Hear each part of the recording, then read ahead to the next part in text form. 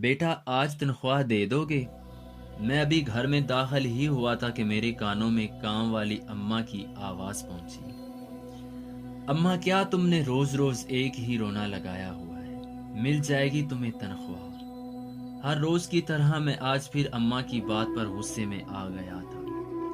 بیٹا میں نے اپنی بیٹی کے لیے کچھ سامان لینا ہے اور گھر کا کرایہ بھی دینا ہے۔ مالک مکان روز باتیں سناتا ہے۔ اماں کی اس بات پر میں مزید غصے میں آتا جا رہا تھا اور کل کی طرح آج پھر اماں کو کھری کھری سنا کر اپنا غصہ کم کیا۔ کام تو تم سے ہوتا نہیں ہے، پھر پیسے کس بات کے مانگتی ہو؟ میری ماں نے تمہیں کام پر رکھا تھا، ورنہ ان کے جانے کے بعد کب کا نکال چکا ہوتا تمہیں۔ اب میرا دماغ خراب مت کرو، صبر نہیں کر سکتی تو کام چھوڑ سکتی ہو۔ میں اپنی بات کہہ کر اپنے کمرے میں چلا گیا تھا، پر پیچھے اماں کی سسکیاں سنائی دینے لگی۔ مجھے فرق نہیں پڑا، میرا دل جیسے سخت ہوتا جا رہا تھا۔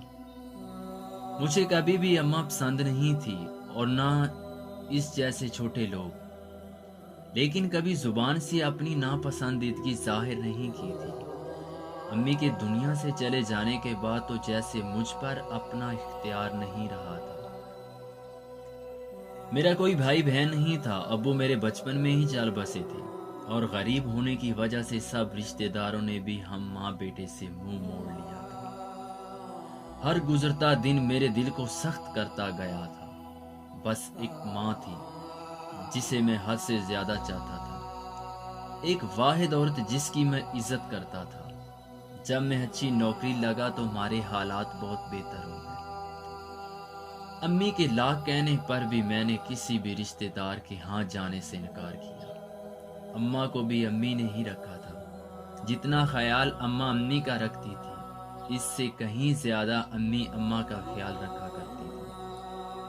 یہی وجہ تھی کہ امی کے جانے کے بعد بھی میں اماں کو کام سے نہ نکال پایا۔ امی کے جانے کے بعد تو میں اکیلا ہو گیا تھا۔ کوئی ایسا دن نہیں جب ان کے لیے رویا نہ ہو۔ پچھلے کچھ دنوں سے ان کی زیادہ ہی یاد آ رہی تھی اور میں کھانا ٹھیک سے نہیں کھا پا رہا تھا۔ کل میں اماں کا حساب کر کے ان کو فارغ کر دوں گا، میں نے فیصلہ کر لیا تھا۔ یہ سب سوچتے ہوئے مجھے نیند آ گئی۔ کوئی میرے سر پر ہاتھ پھیر رہا تھا۔ جب میری آنکھ کھلی، دھندلی آنکھوں سے مجھے اماں نظر آئی، لیکن دھند صاف ہونے پر وہ میری امی تھی۔ میری امی میرے پاس تھی اور پہلے کی طرح میرے سر پر ہاتھ پھیر کر مجھے جگا رہی تھی۔ امی آپ کہاں چلی گئی تھی؟ آنسو آنکھوں سے رواں تھے۔ میں تو ہمیشہ سے یہی ہوں میرے بچے، تمہارے لیے روز کھانا تو بناتی ہوں، تمہارے کام کرتی ہوں، ماں کے سوا کون کر سکتا یہ سب کام؟ ان کے الفاظ مجھے سکون دے رہے تھے۔ میں تمہارے لیے کھانا لائی ہوں بیٹا، آلو کے پراٹھے تمہاری پسند کے۔ اب مجھے بھوک محسوس ہونے لگی تھی۔ امی نے اپنے ہاتھوں سے مجھے کھانا کھلانا شروع کیا اور ہر نوالے کے ساتھ مجھے کچھ سمجھاتی۔ میں بس انہیں دیکھ رہا تھا، ان کے ہاتھ سے کھانا کھا رہا تھا، ان کو ہی سن رہا تھا۔ تم اب اتنا غصہ کیوں کرتے ہو بچے؟ ماں پر کون ایسے غصہ کرتا ہے؟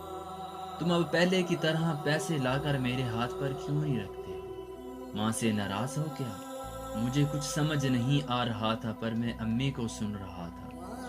تم تو کہتے تھے مجھ سے بہت محبت کرتے ہو، تمہیں مجھ سے نہیں ماں سے محبت تھی۔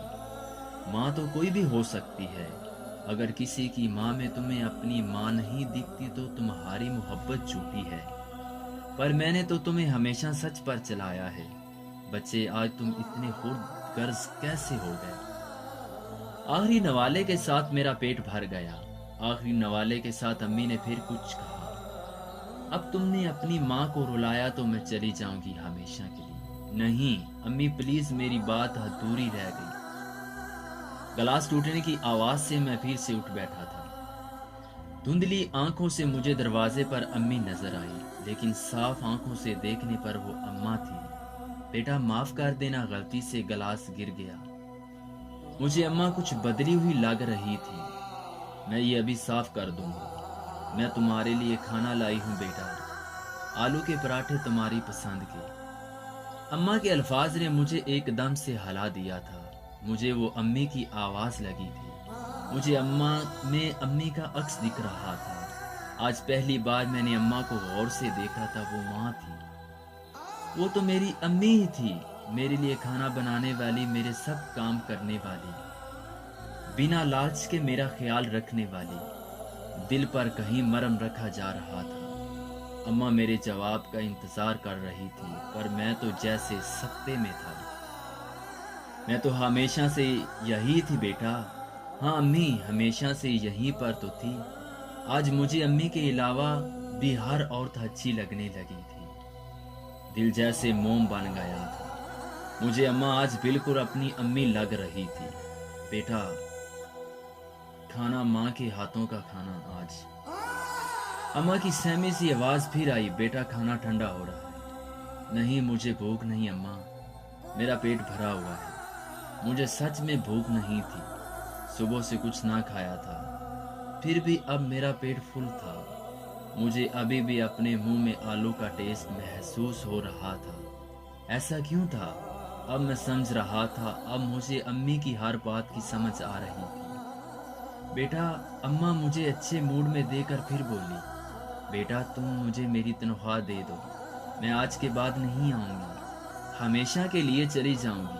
ایک بار پھر سے امی کی آواز گونجی تھی، آج کے بعد اپنی ماں کو رلایا تو میں ہمیشہ کے لیے چلی جاؤں گی۔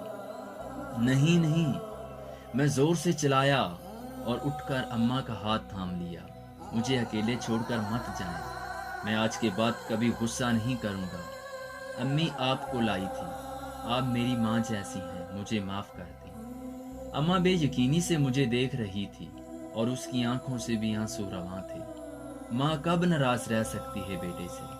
وہ بھی مان گئی تھی۔ اس کے بعد میں نے اماں کو ہمیشہ مسکراتے دیکھا۔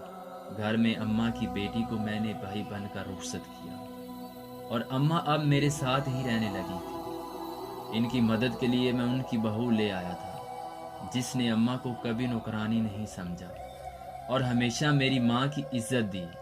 اماں کو گھر کے آنگن میں بٹھا دے کر میرے دل کو سکون ملتا ہے۔